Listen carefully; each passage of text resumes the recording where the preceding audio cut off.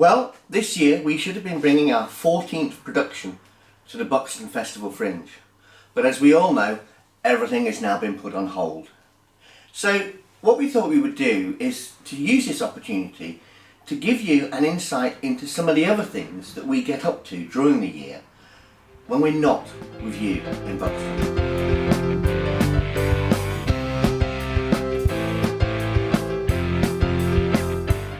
When I think about Buxton, I think about laughing a lot with friends from our company that we've travelled with, but also the friends that we get to meet there, who we have like so much in common with, and we get to see them every year and that we've formed relationships with, which is just so lovely. But also, you know, meeting new people every single year from all over the place. But then obviously also theatre and performing, and being able to perform in new places, in front of, you know, new crowds that aren't your home crowd where our company is from, and getting to see other people perform that aren't the people that put on shows and things around where we live. And it's just so much fun and so exciting and fresh to be able to see so many other people doing what they're so good at and what they love. Yeah, it's brilliant. It's just great fun. Buxton means a lot to me.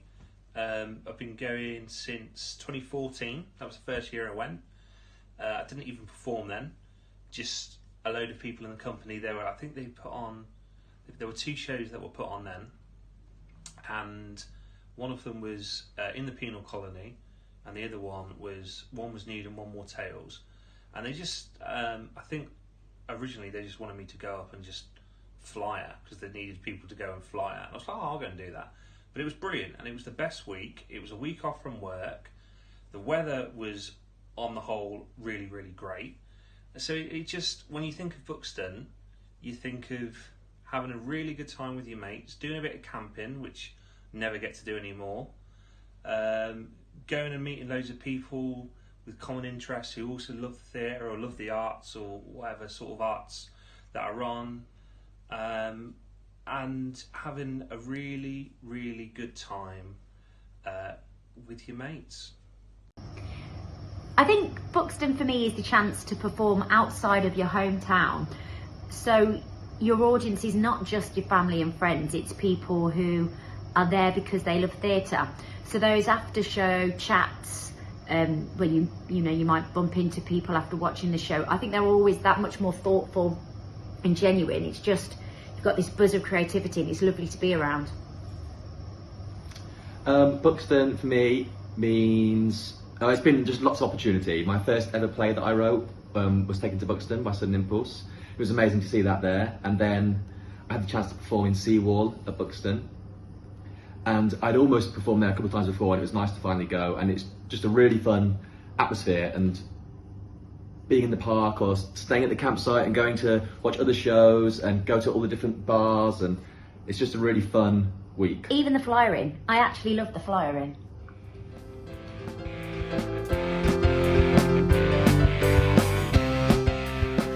Every year for the last 6 years we've been performing an outdoor Shakespeare.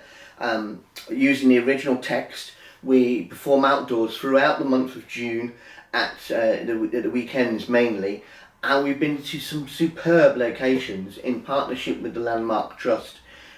We have been to the newly restored Astley Castle, which is absolutely exquisite, the grounds of Old Camden House, and that's in Chipping Campden in the heart of the Cotswolds, and dates back to the 16th century. We've been also to the newly restored Lewin Kelwyn near Abergavenny, and as well as that we go to Church End Brewery, we go to Polesworth Abbey, we've also been to Princeton College, Yelvertoft Outdoor Theatre, and St Peter's Church in Witherley. And the great thing about these, we tend to do mainly the comedies, although this year it was going to be Romeo and Juliet. it's an event. People go out there, they bring a picnic, they bring chairs, they bring a blanket, they bring a bottle of wine or 2 or 3, and they just have a great time. And if it rains, we all get wet. But generally in June it's pretty good, the light's pretty good, and it's a fantastic summer event.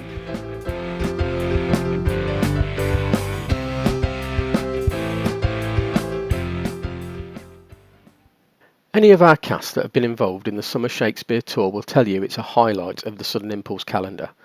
Over a period of a month, we get the unique opportunity to perform at some wonderful venues to a much wider audience with some of the Bard's great works, and not to forget to spend those summer days socialising with our friends.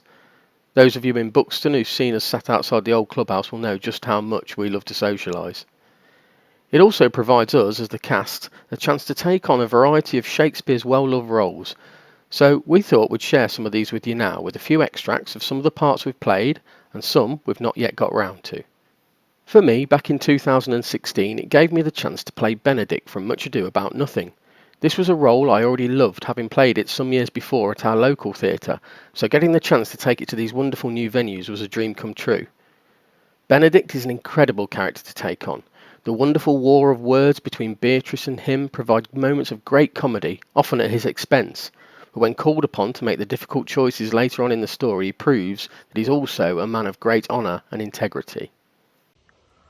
I do much wonder that one man, seeing how much another man is a fool when he dedicates his behaviours to love, will, after he hath laughed at such shallow follies in others, become the object of his own scorn by falling in love. And such a man is Claudio. I have known when there was no music in him but the drum and the fife. Now he would rather hear the tabor and the pipe. I have known when he would walk 10 miles afoot to see a good armour. Now he would rather lie 10 nights awake carving the fashion of a new doublet. He was wont to speak plain and to the purpose, like an honest man and a soldier. Now he has turned orthography. His words are a very fantastical banquet. So many strange dishes. May I be yet so converted and see with these eyes? I think not. I will not be sworn on it. Love may transform me to an oyster, but till he has made an oyster of me, he shall not make me such a fool. One woman is wise, yet I am well. Another fair, yet I am well. Another virtuous, yet I am well. But till all graces in one woman be, one woman shall not come in my grace. Rich she shall be, well, that is certain. Wise, or I'll have none. Fair, or I'll never look on her. Virtuous, or I'll never cheapen her. Noble, or come not near me. Mild, or not I for an angel. Of good discourse, an excellent musician, and her hair shall be of what colour it pleases God. Oh, the Prince and Monsieur Love, I will hide me in the arbour. Dost thou not suspect my place? Dost thou not suspect my years? Oh, were he here to write me down an S? But masters, remember, I am an S, though it be not writ down yet. Forget not that I am an S. No, thou villain, thou art full of piety, as we proved upon thee by good witnesses. I am a wise fellow, which is more, an officer, which is more, a householder, which is more, as pretty a piece of flesh as any in Messina, and one that know the law. Go to, and a rich fellow enough. Go to, and a fellow that hath had losses, and 2 gowns and everything handsome about him. Bring him away. Oh, that I had been writ down an ass. All the world's a stage, and all the men and women merely players. They have their exits and their entrances. And one man in his time plays many parts, his acts being the 7 ages. At first, there is the infant, mewling and puking in the nurse's arms. And then the whining schoolboy, with his satchel and shining morning face, creeping like snail unwillingly to school. And then there is the lover, sighing like furnace, with a woeful ballad made to his mistress's eyebrow. And then a soldier, full of strange oaths and bearded like the pard, jealous in honour, sudden and quick in quarrel, seeking the bubble reputation even in the cannon's mouth. And then the justice, in fair round belly, with good cape on line, with eyes severe and beard of formal cut, full of wise saws and modern instances, and so he plays his part.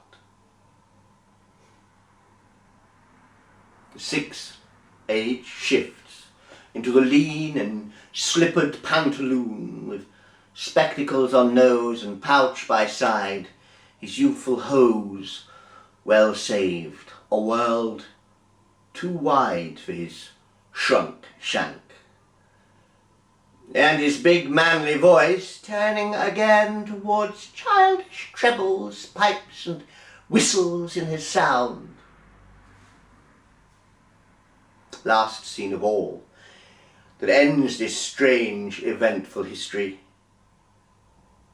is second childishness and mere oblivion. Son's teeth, son's eyes, son's taste, son's everything. This is the air. That is the glorious sun. This pearl she gave me, I do feel it and see it, and though 'tis wonder that enwraps me thus, yet 'tis not madness. Where's Antonio then? I could not find him at the Elephant, yet there he was. And there I find this credit that he did range the town to seek me out.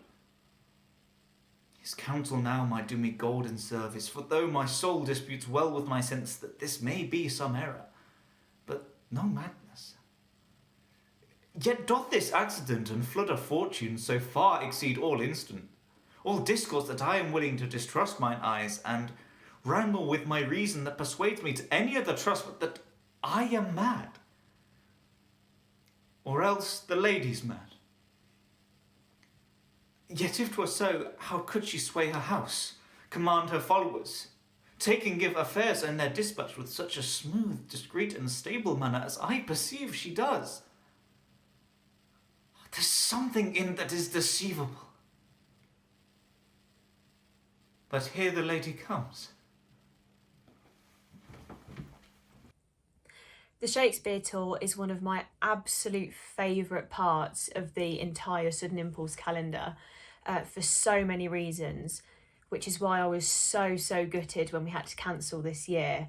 But I was especially gutted because we were doing Romeo and Juliet and I was playing Juliet, and I was so excited because we've only ever done comedy and this was going to be our first tragedy, and I was getting to play Juliet. So I was really looking forward to it, but hopefully I'll get to do it next year, and here is a small clip of me doing a very short Juliet speech. Oh, Romeo, Romeo, wherefore art thou, Romeo? Deny thy father, and refuse thy name. Or, if thou wilt not be but sworn, my love, and I'll no longer be a Capulet. 'Tis but thy name that is my enemy. Thou art thyself, though not a Montague. What's Montague? It is nor hand, nor foot, nor arm, nor face, nor any other part belonging to a man. Oh, be some other name.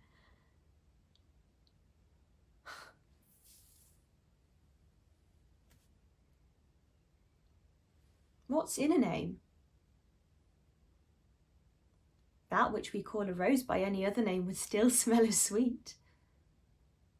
So, Romeo would, were he not Romeo called, retain that dear perfection which he owes without that title.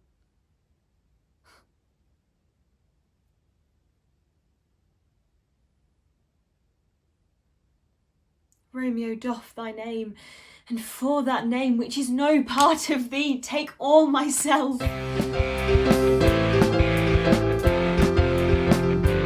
As we mentioned earlier, this year we should have been performing Romeo and Juliet, and we had an absolutely fantastic cast lined up. Wonderful, wonderful cast. And we were 2 weeks into production, into rehearsal, when this whole lockdown situation began. But we haven't cancelled. We have simply postponed, and we will be back to all those wonderful venues in June next year, so that you can all enjoy a wonderful summer evening's entertainment. Sometimes it's very hard to imagine that when we get back from our tour in end of June, we are only 10 days away from arriving in Buxton. That's quite a quick turnaround, but we love it. We hope you enjoyed looking at that little insight into some of the things that we get up to during the year when we're not at Buxton. And if you did, then there's more available. Check out our YouTube channel. The link is on the Buxton Festival Fringe website, and you'll find there are several more episodes to have a look at. Now, we know that this is a difficult time for every single person in the arts world, and in common with so many, we don't get any funding other than our box office and our ticket sales, and of course that has now totally dried up. If you do feel that you are able to give a donation of any sort, then it would be much appreciated, and it will help us continue our valuable work. The link to our GoFundMe page is available on the Buxton Festival Fringe website next to our entry.